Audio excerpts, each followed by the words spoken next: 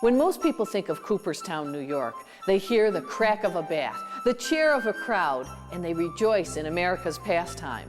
But after the bases have been put away and the snow begins to fall, this quintessential small town becomes a winter wonderland on par with Bedford Falls.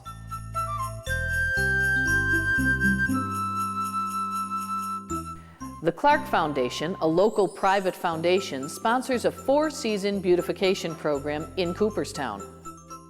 These projects are designed to help maintain the integrity of a small village through unique horticulture and encourage tourism.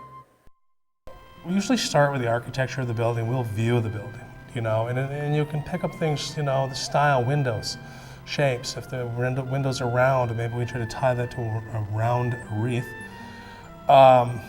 There's just so much, moldings, trims on the building. There's so many little things that will catch your eye, colors in the stone. There's a lot of stone buildings around here in the village of Cooperstown, and you'd be surprised how much color there is to stone. I mean, at first glance, stone looks gray. Almost a full spectrum of color that you will see if you really look behind the most, forthright appearance. We do decide ahead of time what shape we're going to use for the wreath or all of the decorations that are going to be at that site, and then try to pin down colors. We try to coordinate the colors in the wreath with the ornaments that are going to be used, the colors in the buildings, the door colors, the stonework in there, the molding colors. Some of, like the Baseball Hall of Fame has some brass ornamentation on it, so we would pick up on that.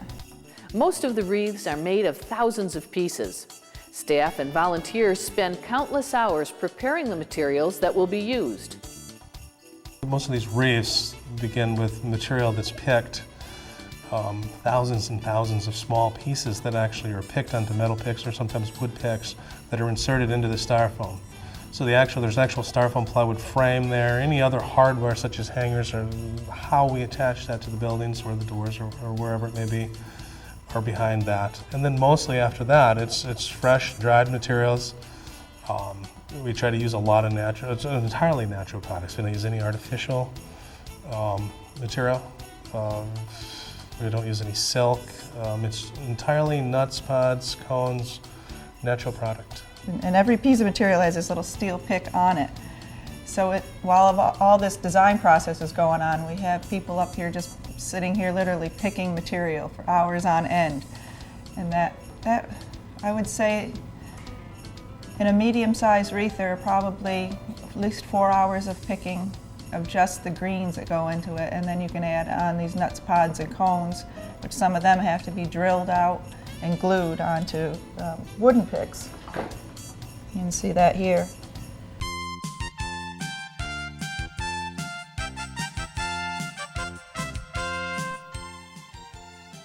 Some of the materials are gathered locally, while many of the other materials come from nurseries throughout the world.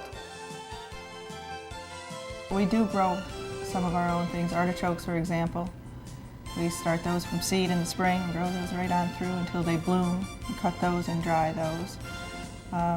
There's some ferns that when they go to seed in the fall, we'll go out into the swamps and gather those to be used in the wreaths. Some flower heads, after the petals have fallen off, we'll use their seed pods or their seed heads, such as peonies and rudbeckia. We also dry peonies too, and echinops, that's another local flower.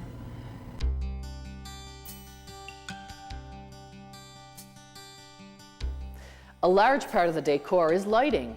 Each year, new methods and techniques are designed to accent these Christmas vignettes.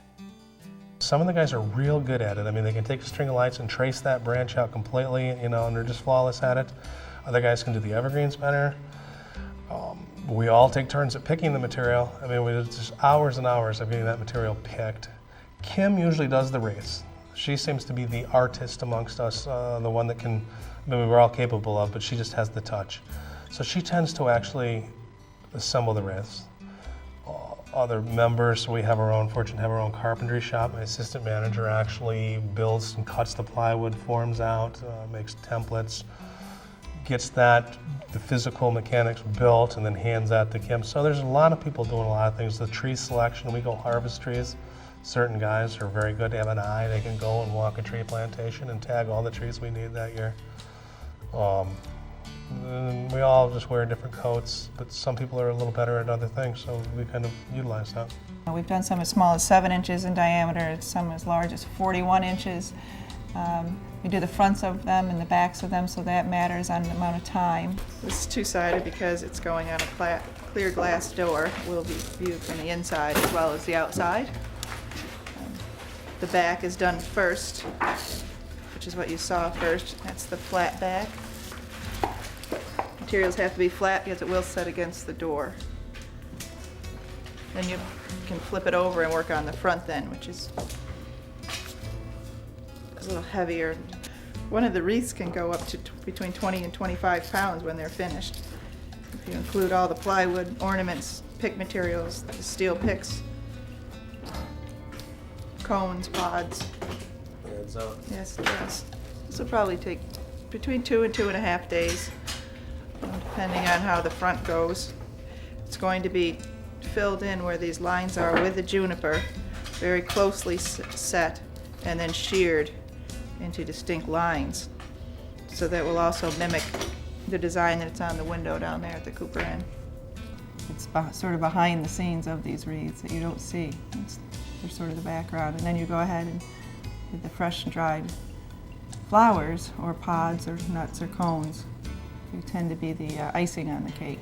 Nature is a big source of our inspiration, and what we have to work with our buildings. Pleasing colors to ourselves and to the other people that work on the buildings. It was found out that certain colors work well together and certain colors don't. If you want to view them from a distance, you want to use colors that are a little more punchy, so to speak, than the muted colors. It's a continual learning process for us also. Every year changes, and every year we try to look for something new. Many of us take days or even a few weeks to completely decorate our homes. This is the same method followed here in Cooperstown. Some of the first things we'll do is the window boxes of greens. So they'll see 4 window boxes of greens go up. And I like to kind of start a little bit all around town and keep adding. We just kind of keep turning around. We get the wreath done, we add the wreath. We'll come back, we'll add the garland work. Some of it's weather dependent. I mean, we put the garland up on warm days. We may be putting lights on trees, Christmas, or if we use evergreens, that may be happening concurrently in the garage. When they're done, they get moved to a side.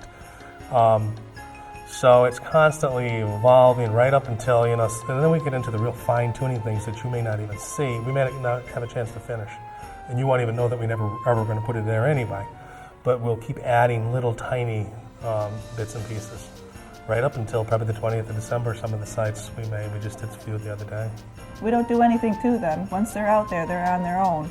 We don't go out and mist them or spray them or anything like that. So we have to make them pretty durable. Backed out the same way. I like to leave those things. It's weather dependent.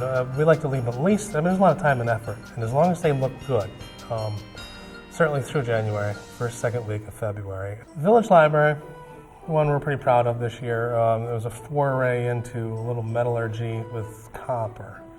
I've been fascinated around on many of these buildings, and there's actually one behind me here that's kind of maybe started that, is a cupola that was made all out of copper. And as it greens down, it takes on that natural process of copper aging. That's quite a Christmas color. It's quite a blue-green color. Works well with juniper berries. The actual evergreen that we use a lot is juniper. It's just made for juniper. So we got interested in copper. We found a gentleman that we could rough out what we wanted to do with the shapes and stuff, and he's quite talented at putting copper together. So that was a foray into the world of using copper.